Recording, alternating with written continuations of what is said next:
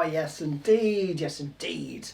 Hello and welcome back. In this one we're going to be looking at Alice in Chains Wood. Let's crack on, shall we? So we're in the usual Alice in Chains tuning, which is all the strings go down half a step. Okay, so E becomes D sharp, A becomes G sharp, etc. Now the intro obviously is the bass,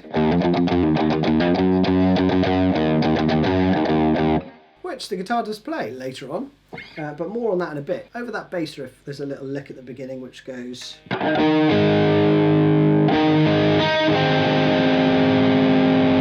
basically a natural harmonic on the 12th fret, low E and low A, and then again. But whilst those are ringing out, you then play the 9th fret and the 11th fret and let those ring out, so you get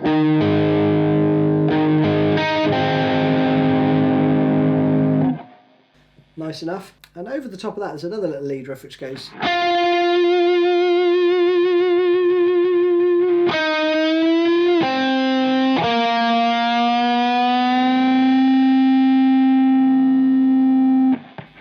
out for a bit, and then you play. That's pretty straightforward. You've got the tab there, easy enough. Now into the main riff, and basically tone wise so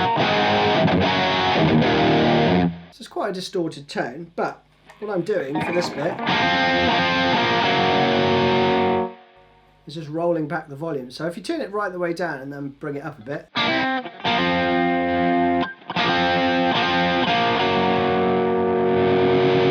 then you can bring it right up for that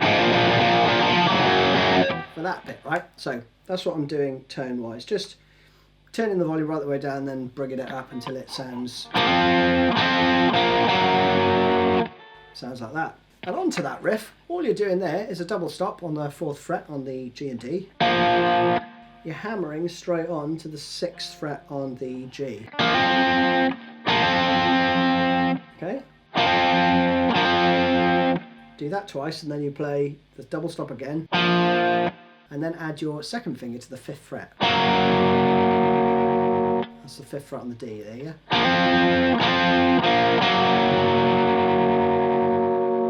And then you play it again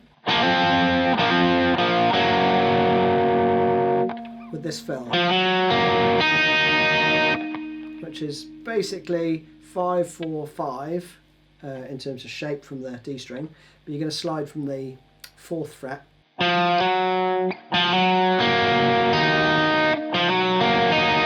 doesn't matter if you hit the open E as well there, because it's the same note as the 5th fret that you're playing on the B.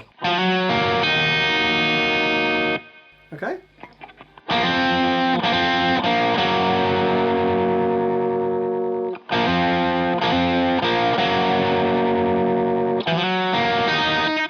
Then you go round again, but the last time you play,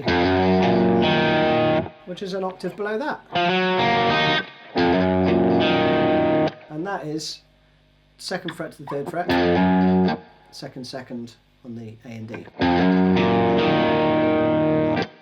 Then you're playing the same riff again for the verse, but it's just an octave below that one. Same thing, exactly the same thing. So the verse riff in its entirety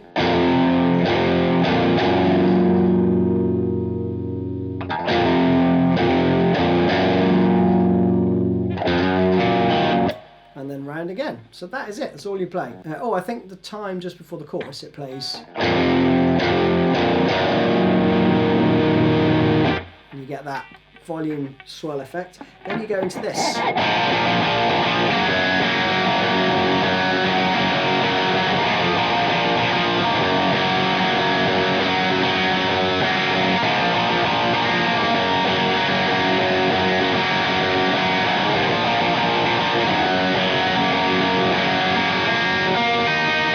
And then back into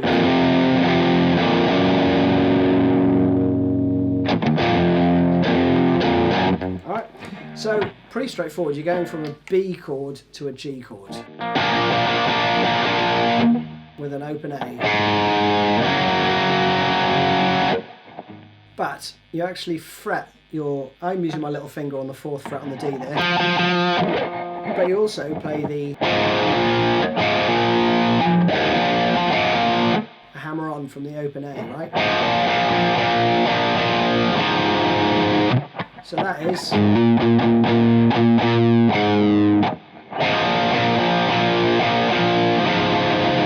then to a G shape. I think he frets the whole thing, but you're not going to play the full chord. I just aim for the sort of low 4 notes. Okay, slowly.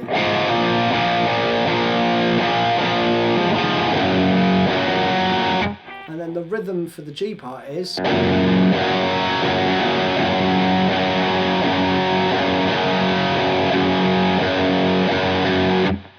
Alright, and that's quite convoluted. It's very strummy, okay? It might sound like he's just playing,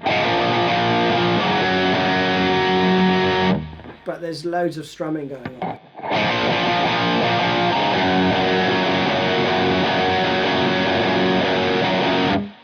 I mean, it doesn't have to be exact, right? But I'll play it cleanly.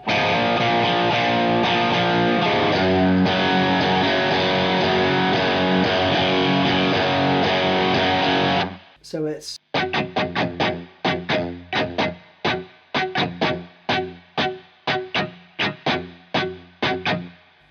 Alright, so slowly.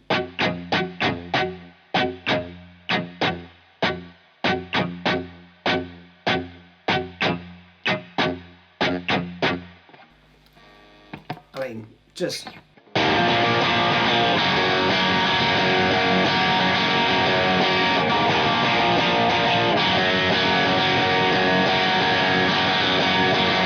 doesn't really matter, right? So just do what feels nice. And then the 4th time, you'll play...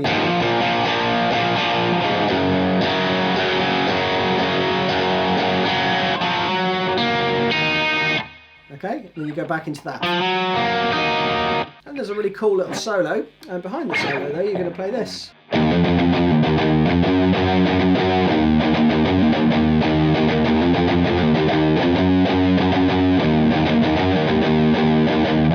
And round, okay? It's a wicked riff. It's basically copying the bass line, but it's all palm muted, and he's playing...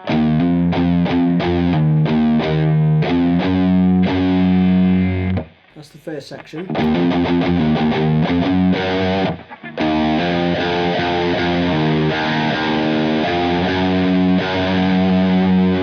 So a hammer on from the open E to the 2nd fret.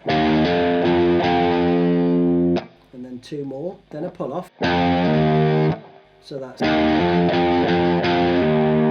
Then you play this on the open E. 0, 2, 3.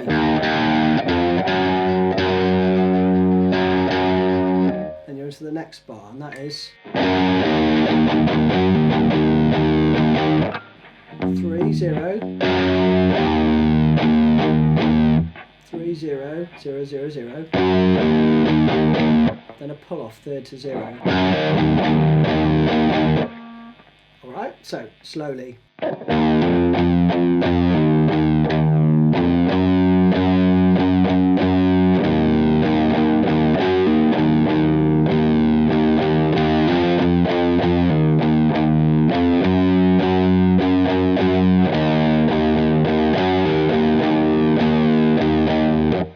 Then into the solo. Solo is like this.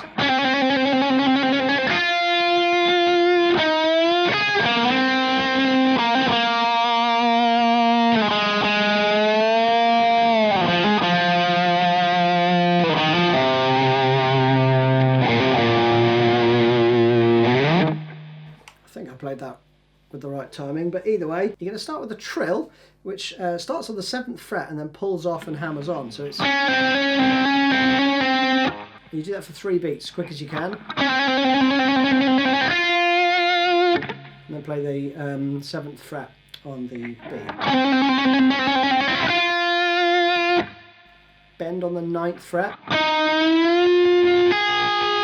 And while you're holding that bend, you play the 10th fret on the B.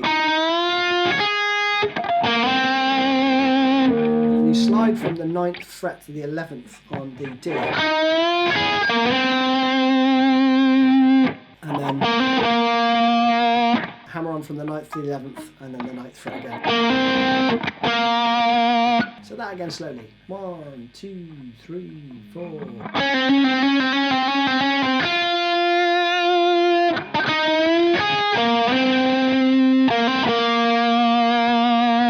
Then you go down to the 7th fret and play.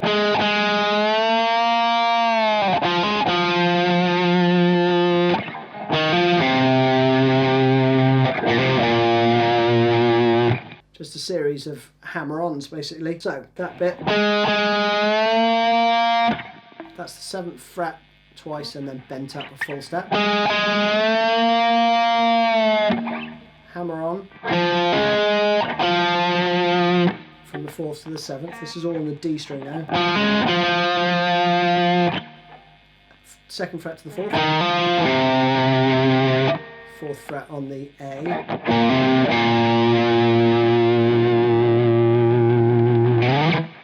And that's it. The next riff is one of my favourite riffs. My favourite kind of probably unsung riffs.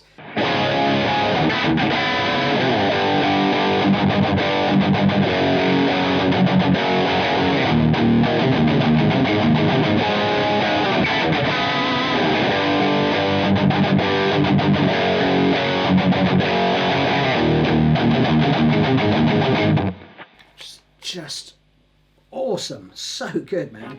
Now you're going to basically play a D chord with an A in the root, right? So you've got 5 5 7 7,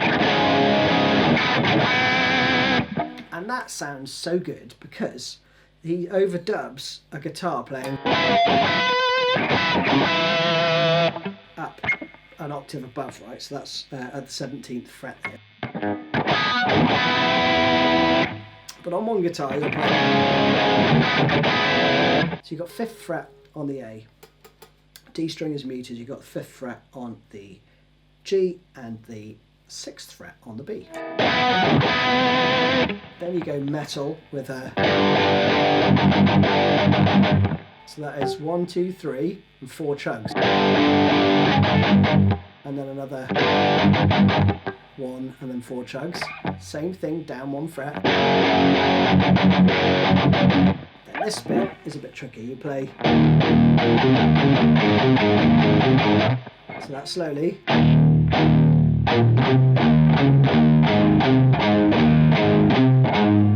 Okay, so that is 2E, then 2 4, open, and then 5th fret. Very bluesy. Then you play. I think that's what he's playing there. So it's open E, open A, 4 0 on the A, and repeat.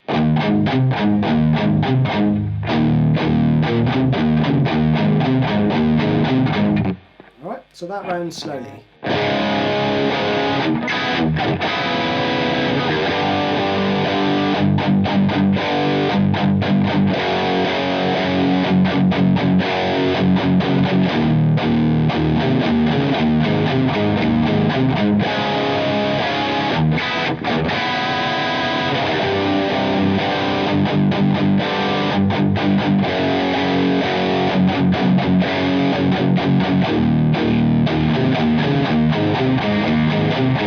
And then the final part you hear is just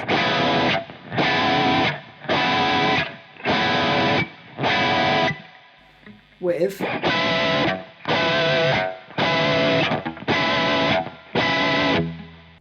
just those same chords that we played, but they're played together. That's what makes it sound so huge and awesome. So that was it.